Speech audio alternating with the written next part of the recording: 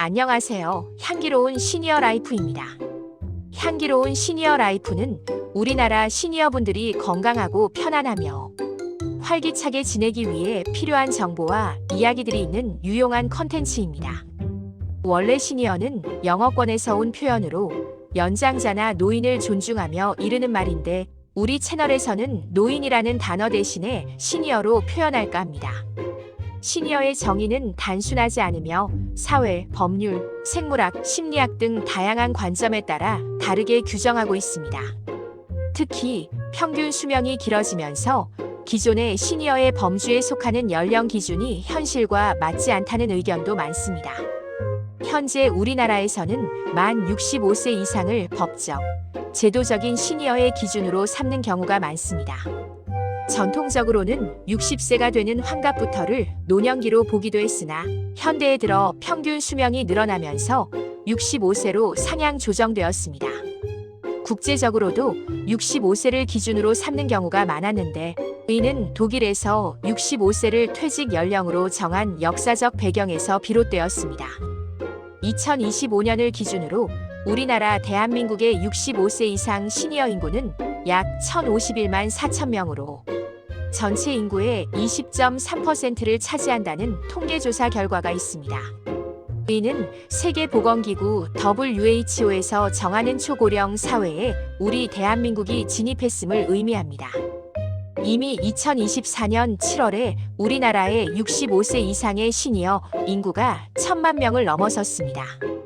우리나라 총 인구를 비중으로 보면 2025년을 기준으로 볼 때 우리나라 전체 인구의 20.3%를 차지하며 앞으로도 계속적으로 증가할 전망입니다. 우리나라는 전체 인구 중 65세 이상 비율이 20%를 넘어서면서 국제연합 유엔의 기준에 따라 초고령 사회에 진입했습니다. 이렇게 볼 때 2036년에는 전체 인구의 30%, 2050년에는 40%까지 시니어 인구가 증가할 것으로 예상됩니다. 향기로운 시니어 라이프의 이번 컨텐츠에서는 시니어분들이 일상생활을 건강하고 편안하며 활기차게 지내기 위해 필요한 정보가 무엇일까 생각해보고 노년에 행복해지기 위한 10가지에 대하여 생각해보기를 주제로 그 첫 번째 이야기를 해볼까 합니다. 나이가 들면 문득 세상 속에 홀로 남겨진 듯한 깊은 외로움을 느끼곤 합니다. 한평생 누군가를 위해 살아왔는데 이제와 나 홀로 남겨진 것 같다는 서글픔은 많은 시니어분들이 이 같은 외로움을 숙명처럼 받아들이곤 하시죠. 하지만 외로움은 피할 수 없지만 그 외로움을 고독한 행복으로 바꾸는 것은 시니어 개개인의 선택이 아닐까 생각합니다. 그런 말이 있잖아요. 외로움은 사람들과의 관계에서 필연적으로 생길 수 있는 것이지만 고독은 내가 선택할 수 있는 것이라고요. 시니어분들께서 이 외로움에 당당하게 맞서고 혼자서도 빛나는 시니어 라이프를 만들기 위한 시니어 라이프 10가지 실천 목록을 함께 생각해 보려 합니다.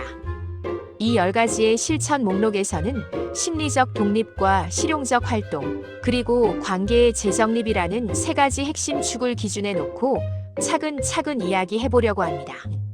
첫 번째는 나 자신을 나의 가장 친한 친구로 만들기입니다. 시니어 라이프에 있어서 외로움이 깊어지는 이유는 나 자신보다는 내가 아닌 타인에게서 위로를 찾기 때문인 경우가 많습니다. 누가 내 마음을 알아줄까 하고 다른 사람들을 바라기만 해서는 안 됩니다. 이제부터라도 시니어인 나 자신이 나에게 가장 좋은 친구이자 가장 강력한 조력자가 되어야 합니다.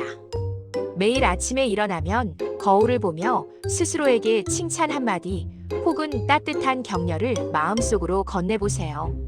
그리고 잠자리에 들기 전에는 오늘 하루 일과들 중 잘 해낸 일들을 스스로에게 이야기하거나 메모로 남겨보는 것도 좋을 듯합니다.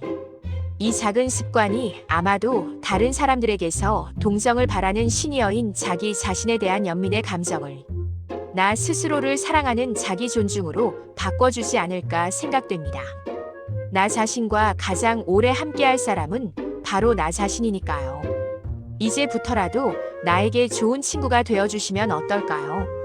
두 번째, 지나간 과거의 역할에서 벗어나 평범한 나로 살기입니다. 시니어분들은 참으로 오랜 시간 동안 누구누구의 엄마 또는 아빠 혹은 누구누구의 남편 또는 아내라는 역할과 이름으로 살았습니다. 하지만 지금 이제부터 선생님들은 조금은 자유로워져도 되지 않을까 생각됩니다. 이제는 다른 사람의 시선이나 기대를 마음에 두지 말고 본연의 하고 싶은 일들을 찾아보고 그것을 실행해보는 과정에 몰두해야 합니다. 하고 싶었지만 미루어 두었던 공부, 보고 싶었던 풍경, 가고 싶었던 여행, 배우고 싶었던 악기 등 모든 것이 시니어인 당사자 자기 자신을 위한 시간입니다. 선생님은 누군가의 부속물이 아닙니다. 선생님의 이름 석자가 선생님의 가장 중요한 역할입니다. 세 번째, 모자람에 대한 아쉬움 대신 늘 감사하는 마음의 일기나 메모 쓰기입니다. 외로움을 느낄 때 우리의 생각은 습관적으로 모자람이나 없는 것에 집중합니다. 자녀에게서 오지 않은 연락, 혹은 배우자의 빈자리 등 아쉽거나 결핍된 부분은 시니어 라이프를 더욱 더 우울하게 만들지도 모릅니다. 이제는 시선을 돌려보세요. 나에게 있는 것은 무엇인가요? 아직은 움직일 수 있는 몸, 내 집이 아니더라도 비바람을 막아주는 따뜻한 집, 적을 수도 있지만 매달 들어오는 수입이나 연금, 이 모든 것이 감사해야 할 축복이 아닐까요? 자기 전에 딱 3가지라도 좋습니다. 오늘 감사했던 일을 기록하는 습관은 정서적 만족도를 끌어올리는 가장 강력한 방법입니다. 외로움은 결핍이 아닙니다. 자기 자신에게서 감사의 마음을 발견하는 순간 외로움은 사라질지도 몰라요. 4번째, 내 몸에 강제성을 부여하기입니다. 예를 든다면 매일 걷는 경로를 정한다든지 하는 겁니다. 거동에 불편함이 있으시다면 이동에 도움을 주는 보조기기를 이용하시는 것도 좋습니다. 외로움은 항상 무기력한 삶 옆에 있어 짝을 이룬다고 합니다. 외출할 이유가 없으면 하루 종일 집안에 머물게 되고 결국 더 깊은 외로움에 빠지게 되고 말 것입니다. 이 무기력한 삶에서 벗어나고자 한다면 억지로라도 몸에 강제성을 부여해야 합니다. 매일 같은 시간에 우리 동네 가까운 커피숍이나 마트 혹은 버스 정류장 같은 곳으로 특정 목적지를 정해놓고 의무적으로 움직이는 규칙적인 루틴을 만들어 보세요. 중요한 것은 목적이 아니라 규칙성입니다. 이 규칙적인 움직임이 시니어 여러분들의 삶에 자그마한 리듬을 만들어줄 것입니다. 중요한 것은 규칙적인 움직임이 삶의 리듬을 만들어준다는 것입니다. 그 리듬이 외로움을 쫓아내줄 것이니까요. 5번째, 내 손안에 있는 디지털 도구를 소통의 채널로 활용하기입니다. 누구나 다 가지고 있는 스마트폰은 그저 전화나 카카오톡만 하는 기계가 아닙니다. 스마트폰은 세상과의 강력한 소통 채널입니다. 유튜브 영상에 공감 가는 댓글을 달아 낯선 사람과도 의견을 나누고 관심 있는 주제의 밴드나 오픈 채팅방 같은 곳에 주저하지 마시고 한번 참여해 보세요. 단순한 앱 사용법을 넘어 교류와 참여를 위해 디지털 환경을 활용하는 것이 사회적 접촉면을 놀랍도록 넓혀줄 것입니다. 손안의 스마트폰이 세상과의 가장 강력한 연결고리입니다. 주저하지 말고 세상과의 대화에 참여하는 용기를 내어보시면 좋겠습니다. 6번째, 나만의 성장 목표를 설정하고 몰두하기입니다. 시니어 라이프에 접어들면 내가 과연 이 나이에 무엇을 할 수 있을까 하는 무력감이 찾아오기 쉽습니다. 이 무력감을 극복하는 최고의 방법은 바로 성장, 즉 자기 발전을 위해 노력하는 것입니다. 예를 들면 짤막한 외국어 한 문장 외우기, 컴퓨터 자격증 도전, 혹은 악기 배우기 등과 같은 시니어 라이프에 접어들었을 때 도전 가능한 작은 목표를 정하고 하루 30분씩이라도 집중해 보세요. 목표 달성을 위해 무엇인가 열심히 하는 과정에서 얻는 성취감은 외로움을 느낄 틈을 주지 않을 만큼 큼직한 행복감을 선사할 것입니다. 무엇인가를 위해 노력하는 자기 개발은 무력감을 없애는 최고의 방법이 아닐까 생각합니다. 끊임없이 배우고 성장하는 나를 바라보며 외로움을 느낄 틈을 없애버리세요. 7번째, 집을 나의 박물관으로 재정비하기입니다. 시니어 라이프에 있어 집은 외로움의 감옥이 될 수도 있고 나만의 왕국이 될 수도 있습니다. 집을 과거의 흔적이나 낡은 물건들로 채우기보다는 나만을 위한 취미 공간으로 재정비해 보는 것은 어떨까요?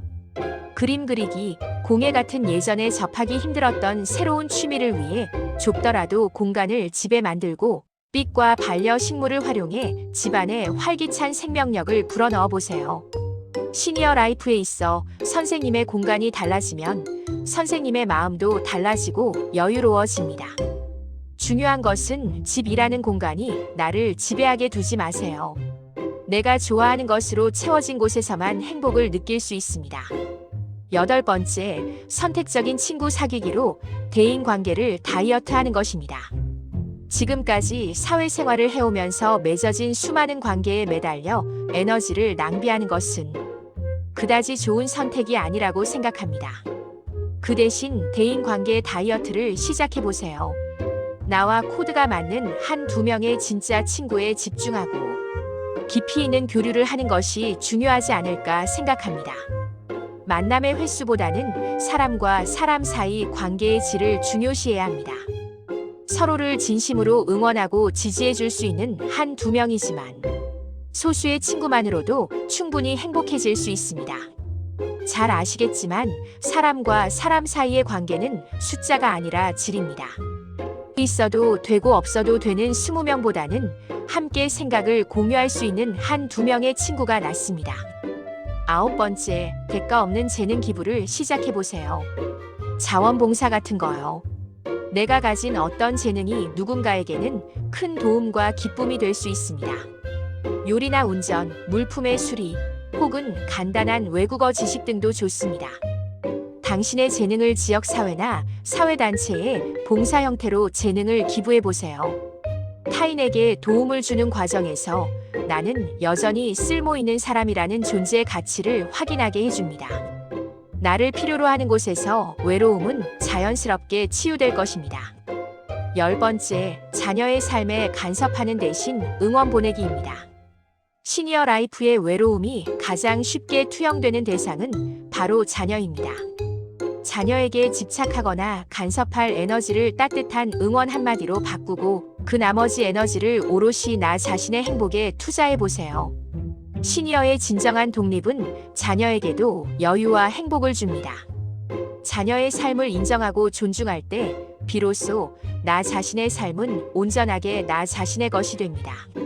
자녀를 응원하는 것은 사랑이지만 자녀의 삶에 간섭하는 것은 외로움의 또 다른 표현이 아닐까요? 오늘 우리는 시니어 라이프에서 행복해지기 위한 10가지 실천 목록을 함께 생각해 보았습니다. 오늘 말씀을 요약하여 정리해보면 첫 번째 핵심 축으로 심리적 독립, 즉 시니어 당사자인 자기 자신의 내면을 다져보기 위해서는 자기 자신을 가장 친한 친구로 만들기, 과거의 역할에서 벗어나 내가 하고 싶은 것 하기, 감사하는 마음의 메모나 일기 쓰기. 두 번째 핵심 축으로 실용적 활동, 즉 활동성을 높이기 위해서는 규칙적인 외출이나 활동하기, 디지털 환경 활용하기, 나만의 성장 목표를 설정하고 몰두하기, 집을 나의 박물관으로 재정비하기.